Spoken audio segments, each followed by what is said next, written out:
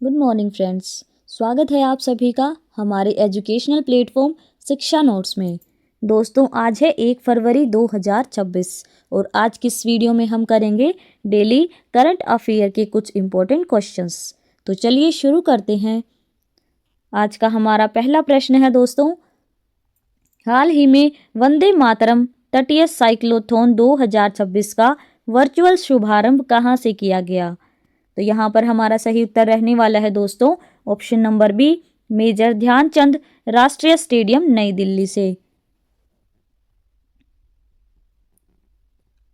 बात करें नाम की तो वंदे मातरम तटीय साइक्लोथॉन 2026 आयोजक हैं CISF केंद्रीय औद्योगिक सुरक्षा बल।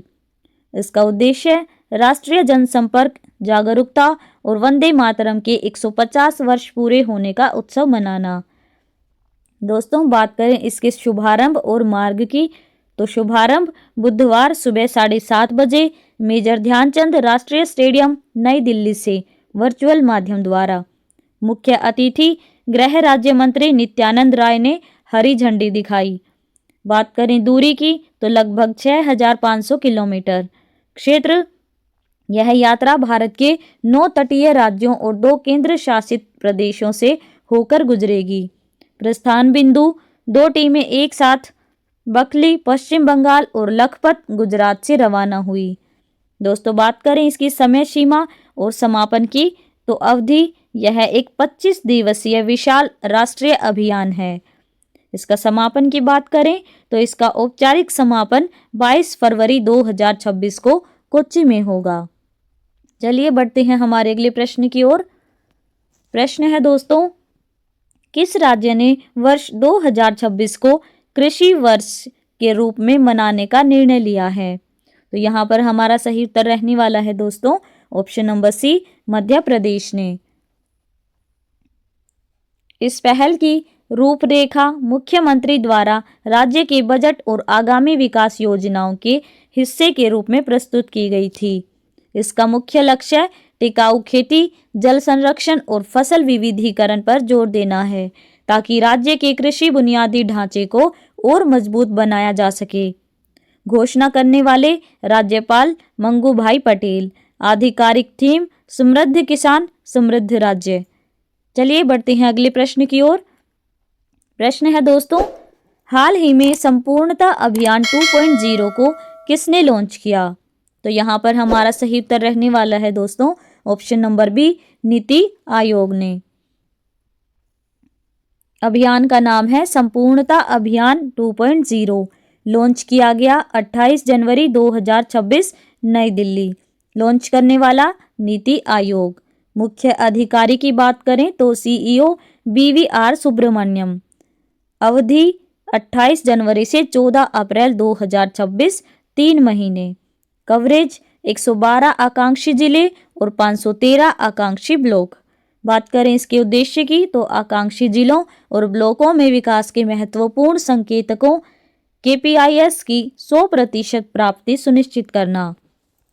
दोस्तों, बात करें इसके फोकस क्षेत्र की तो स्वास्थ्य और पोषण, गर्भवती महिलाओं का पंजीकरण, शिशुओं का टीकाकरण, पूरक पोषण, शिक्षा, छात्राओं के लिए क्रियाशील शौचालय, कृषि और पशुपालन में मृदा स्वास्थ्य कार्ड का वितरण, पशुओं का टीकाकरण, सामाजिक विकास, TB मामलों की पहचान और उपचार।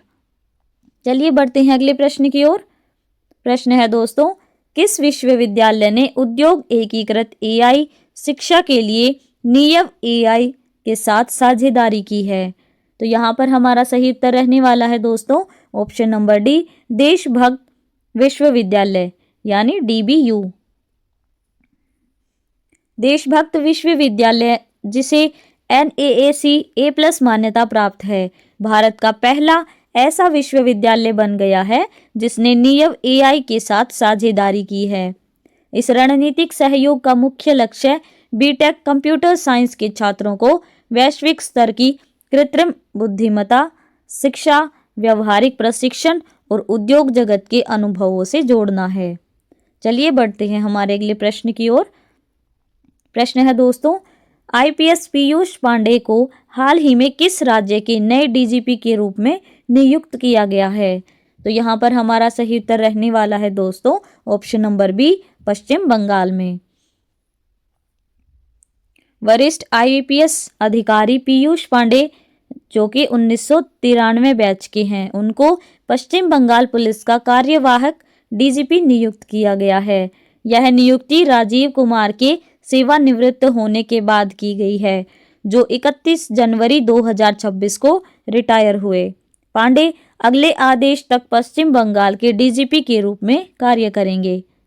चलिए बढ़ते हैं हमारे अगले प्रश्न की ओर। प्रश्न है दोस्तों, हाल ही में साथियों प्रोजेक्ट साथी परियोजना किस राज्य या क्षेत्र ने शुरू की है? तो यहाँ पर हमारा सही उत्तर रहने वाला है दोस्तों ऑप्शन नंबर डी, चंडीगढ़ में। परियोजना की शुरुआत जनवरी 2026 के अंतिम सप्ताह में हुई। यह चंडीगढ़ प्रशासन, शिक्षा विभाग और सीसीएफ की संयुक्त पहल है। परियोजना का मुख्य उद्देश्य छात्रों के भावात्मक और मानसिक कल्याण को सुदृढ़ करना और आत्महत्या को रोकना है। यह एक 6 महीने का पायलट प्रोजेक्ट है। लक्षित छात्र कक्षा 7वीं, 8वीं, 9वीं और 11वीं के हैं और 7 सरकारी स्कूलों में लागू है। प्रमुख घटक मानसिक स्वास्थ्य सुधार, तनाव और अवसाद कम करना। गतिविधियों में योग, ध्यान, जीवन कौशल शिक्षा और रचनात्मक थेरेपी शामिल है। चलिए बढ़ते हैं हमारे अगले प्रश्न की ओर। प्रश्न है दोस्तों, ग्लोबल फायर पावर 2026 इंडेक्स के अनुसार भारत को दुनिया का सबसे शक्तिशाली सेनाओं में कौन सा स्थान मिला है? तो यहाँ पर हमारा सही उत्तर रहने वाला है दोस्तों ऑप्शन नंबर सी, चौथा स्थान। ग्लोबल फायर पावर 2026 की सैन्य शक्ति रैंकिंग में भारत चौथे स्थान पर है। भारत का PWR इंडेक्स स्कोर 0.1346 दर्ज किया गया है। अमेरिका दुनिया का सबसे शक्तिशाली देश है। स्कोर की बात करें तो 0.0741 है। चीन दूसरे स्थान पर है और रूस तीसरे स्थान पर है। भारत की सैन्य ताकत का मूल्यांकन सेना, हथियार, तकनीकी क्षमता, बजट और भौगोलिक स्थिति के आधार पर किया गया। चलिए बढ़ते हैं हमारे अगले प्रश्न की ओर। प्रश्न है दोस्तों, भारत ने विश्व व्यापार संगठन यानी WTO में चीन के किस अनुरोध को आधिकारिक तौर पर ब्लॉक कर दिया है? तो यहाँ पर हमारा सही उत्तर रहने वाला है दोस्तों ऑप्शन नंबर बी, विवाद निपटान पैनल गठित करने की मांग। भारत ने जेनेवा स्थित विश्व व्यापार संगठन में चीन की उस मांग को रोक दिया है जिसमें चीन ने भारत की ऑटोमोबाइल और इलेक्ट्रिक व्हीकल नीतियों के खिलाफ एक विवाद निपटान पैनल बनाने का अनुरोध किया था। चीन का कहना है कि भारत की PLI यानी प्रोडक्शन लिंक्ड इंसेंटिव योजनाएं और घरेलू नीतियां चीनी सामानों के साथ भेदभाव करती हैं। भारत अपनी मेक इन इंडिया नीति का बचाव कर रहा है और फिलहाल इस कानूनी प्रक्रिया को आगे बढ़ने से रोक दिया है। बात करें नियम की तो WTO नियमों के अनुसार भारत पहली बार में इस पैनल को ब्लॉक कर सकता है, लेकिन अगर चीन अगली बैठक में फिर से अनुरोध करता है तो पैनल का गठन लगभग अनिवार्य हो जाता है। चलिए बढ़ते हैं अगले प्रश्न की ओर। प्रश्न है दोस्तों, हाल ही में अडानी ग्रुप ने भारत में क्षेत्रीय विमानों के निर्माण सुविधा और फाइनल असेंबली लाइन स्थापित करने के लिए किस देश की कंपनी के साथ रणनीतिक साझेदारी की है? तो यहाँ पर हमारा सही उत्तर रहने वाला है दोस्तों option number A, Embraer, Brazil से। अडानी ग्रुप ने भारत में क्षेत्रीय विमानों के निर्माण के लिए बड़ी पहल की है। कंपनी ने फाइनल असेंबली लाइन स्थापित करने की योजना बनाई है। अडानी ग्रुप ने इस योजना के लिए ब्राजील की एम्ब्रेयर कंपनी के साथ रणनीतिक साझेदारी की है। इस साझेदारी में भारत में उच्च तकनीक विमान निर्माण और असेंबली का केंद्र बनने की संभावना बढ़ जाएगी। इस पहल का उद्देश्य क्षेत्रीय विमानन सेवाओं के लिए लागत और समय में सुधार लाना है। चलिए बढ़ते हैं हमारे अगले प्रश्न की ओर। प्रश्न है दोस्तों, किस प्रतिष्ठित विदेशी विश्वविद्यालय ने भारत में नया शोध केंद्र शुरू किया है? तो यहाँ पर हमारा सही उत्तर रहने वाला है दोस्तों ऑप्शन नंबर सी, कैम्ब्रिज विश्वविद्यालय ने। ब्रिटेन के सुप्रसिद्ध कैम्ब्रिज विश्वविद्यालय ने भारत की तेजी से बढ़ती ज्ञान आधारित अर्थव्यवस्था के साथ जुड़ने के लिए Cambridge India centre for advanced studies की शुरुआत की है। इसका उद्देश्य यह केंद्रीय नवाचार, उच्च स्तरीय शोध और शिक्षण पर केंद्रित होगा। सेतु का कार्य, यह संस्थान ब्रिटेन के शैक्षणिक विशेषज्ञों और भारत के सर्वश्रेष्ठ शोधकर्ताओं के बीच एक पुल की तरह काम करेगा। बात करें इसके प्रभाव की, तो इससे नीति निर्माण और सामाजिक विकास के क्षेत्र में बौद्धिक आदान प्रदान को बढ़ावा मिलेगा। चलिए दोस्तों बढ़ते हैं हमारे अगले प्रश्न की ओर। प्रश्न है, असम सरकार द्वारा चाय बागान श्रमिकों को 5,000 रुपए की एकमुश्त सहायता देने के लिए कौन सी योजना शुरू की गई है? तो यहाँ पर हमारा सही उत्तर रहने वाला है दोस्तों ऑप्शन नंबर ए, मुख्यमंत्री एतिकोली द्वितीय पात योजना। असम सरकार ने चाय बागान श्रमिकों को 5,000 एकमुश्त सहायता देने के लिए मुख्यमंत्री एतिकोली द्वितीयपात योजना शुरू की। यह योजना असम के मुख्यमंत्री हिमंत बिस्वा शर्मा ने दुमदुमा तिनसुकिया में लॉन्च की। योजना का उद्देश्य चाय बागान श्रमिकों के कल्याण और आर्थिक सहायता को सुनिश्चित करना है। 300 करोड़ रुपए से अधिक के बजट में यह सहायता 836 चाय बागानों में कार्यरत श्रमिकों को दी जाएगी। सहायता स्थायी और अस्थायी श्रमिकों दोनों को दी जाएगी। योजना असम चाय उद्योग की 200 वर्ष पुरानी विरासत का सम्मान करने के उद्देश्य से भी शुरू की गई। चलिए बढ़ते हैं हमारे अगले प्रश्न की ओर।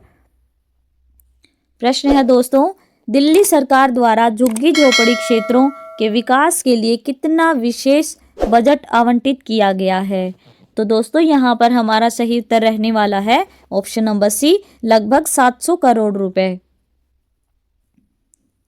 दिल्ली सरकार ने झुग्गी झोपड़ी क्षेत्रों के कायाकल्प के लिए लगभग 700 करोड़ रुपए का एक विशेष ऐतिहासिक बजट आवंटित किया है। बुनियादी ढांचे की बात करें तो सड़कों, नालियों और फुटपाथों का निर्माण, सुविधाएं, नए शौचालयों, पार्कों और सामुदायिक केंद्रों का विकास, स्वास्थ्य सेवाओं और सफाई व्यवस्था को बेहतर बनाना। तो दोस्तों ये थे हमारे आज के करंट अफेयर के कुछ इंपॉर्टेंट क्वेश्चंस। इसके बाद हम करेंगे 2 क्वेश्चंस जिनका आंसर आप लोगों को देना है। पहला प्रश्न है, हाल ही में किस राज्य सरकार ने हेट स्पीच और हेट क्राइम रोकथाम विधेयक 2025 पारित किया है? दूसरा प्रश्न है दोस्तों, आईसीसी ने किस देश के पत्रकारों को भारत में होने वाले T20 विश्व कप 2026 को कवर करने से रोक दिया है? दोस्तों आशा है कि आप सभी इन दोनों सवालों का सही जवाब जो है वो कमेंट बॉक्स में ज़रूर देंगे। और अगर आप सभी को हमारी ये वीडियो पसंद आई है तो वीडियो को लाइक और चैनल को सब्सक्राइब ज़रूर कर लें। धन्यवाद।